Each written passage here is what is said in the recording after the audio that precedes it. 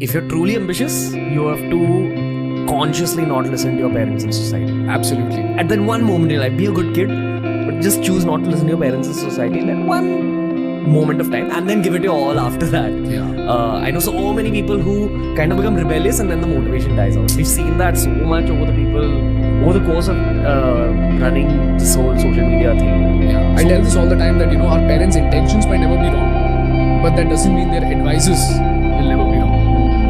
So you have to filter that out. Intention and advice are two different things.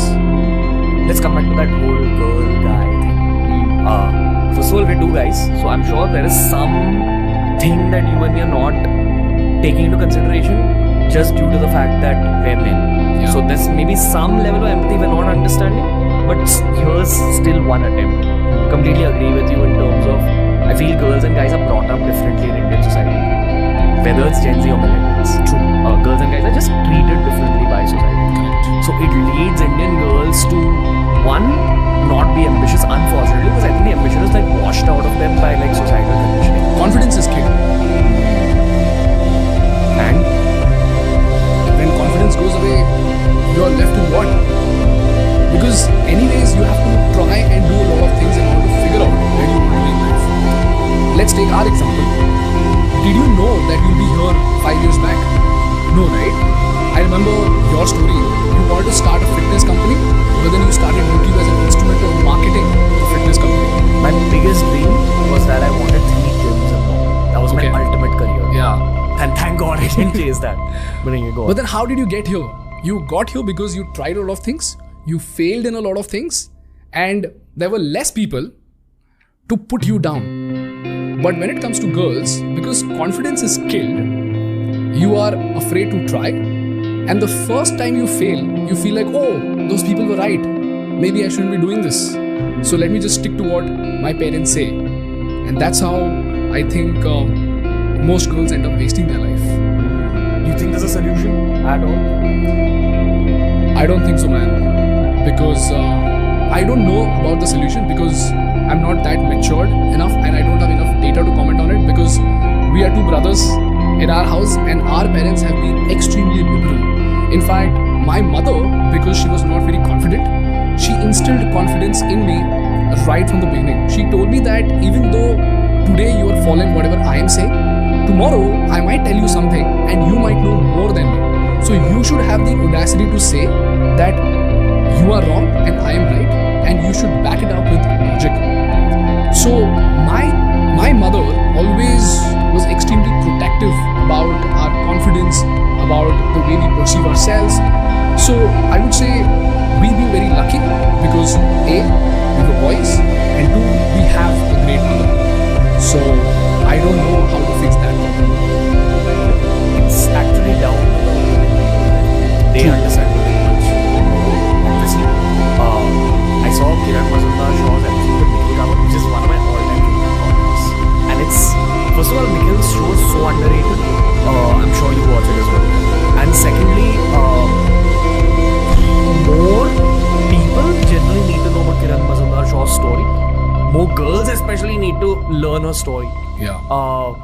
Have you seen that episode? No.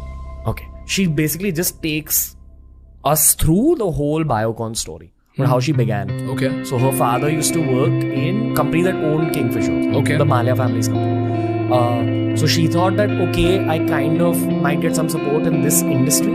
So she went to Australia to do a beer brewing course. Okay. Enjoyed it, and that's why she learned her first bits of chemistry. When Okay. she came back to India for a job, they didn't give her a job. Because they said that in the 70s, factory workers wouldn't listen to a woman. So she was distraught, etc., etc. Then she just kind of figured out her pathway, randomly met someone who said that, hey, if you already know this bit about brewing, you might easily learn about enzymes as well.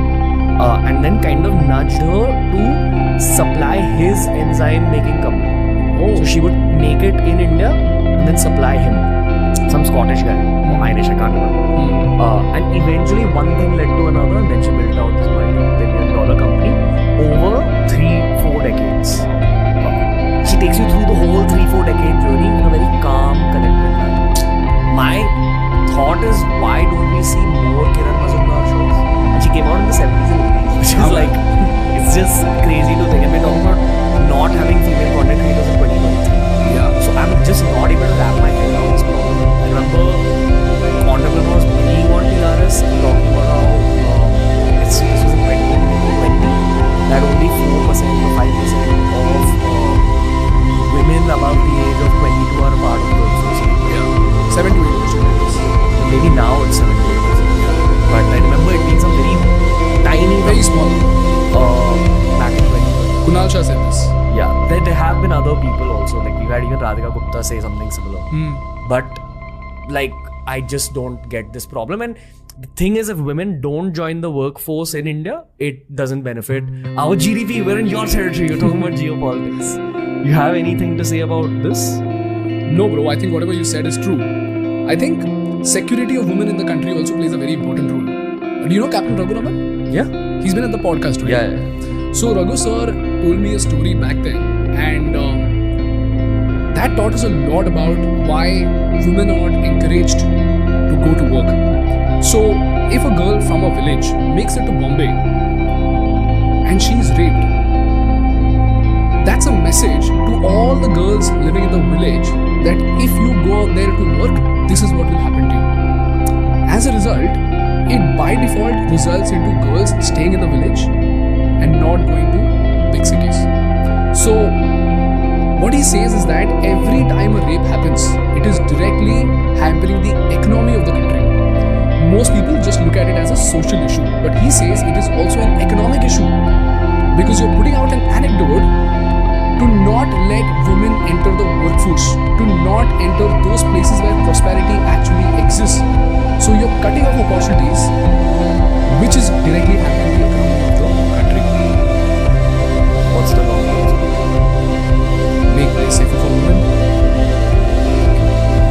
I'll have to ask more questions now. Because I don't have an idea what it means to be state or this country. Yeah, it's a very complex issue. You have to understand the psychology of people who actually do things that are just ridiculous to be able to find a solution. And I don't think you and I have the data set for that because we've been fortunate enough to not be in those kind of surroundings. I want to say something a little animated, but I truly believe in this. And I saw this on Instagram. I saw it in a reel and it really stayed with me. I saw it at age 30. Okay. Though it sounds like a kiddish statement, I think there's some power in it. Something called maternal lineage also. Maternal lineage means that in women, I believe their mitochondria is exactly the same in terms of genetic profile as their mother's mitochondria and its genetic profile, which is exactly the same as their nani, as in the mom's mom, and it goes back to the mom's mom's mom's mom. Okay. So your ancient great grandmother has the same genetic profile of mitochondria that you have as a woman. Okay. And for men, I think it's the X chromosome, if I'm not mistaken. Effectively, it means that you are very deeply connected even now to your great great great grandfather. Okay. Every man is connected to his male bloodline, every woman is connected to her female bloodline. Okay. So the quote I read was that do two things as a man. One, be the man who breaks the generational trauma as well as pattern. And the second thing is be the greatest man that your bloodline has ever seen. Wow. That is very powerful. And somewhere or the other, it's a reflection of our ambition, right? That's what we want to do. It's the mission of everyone who chooses to live in this fucking house. Oh, really? Yeah, man, that's actually true. Because even the people who have come to my house, whether it's electrician or that's Raju Bhaiya, they have this ambition in them. And when I spoke to them, that's exactly what they told me in a different way. They said that, my family has gone through a lot, but I've come to the city because I want to change that. Effectively, their bloodline is built.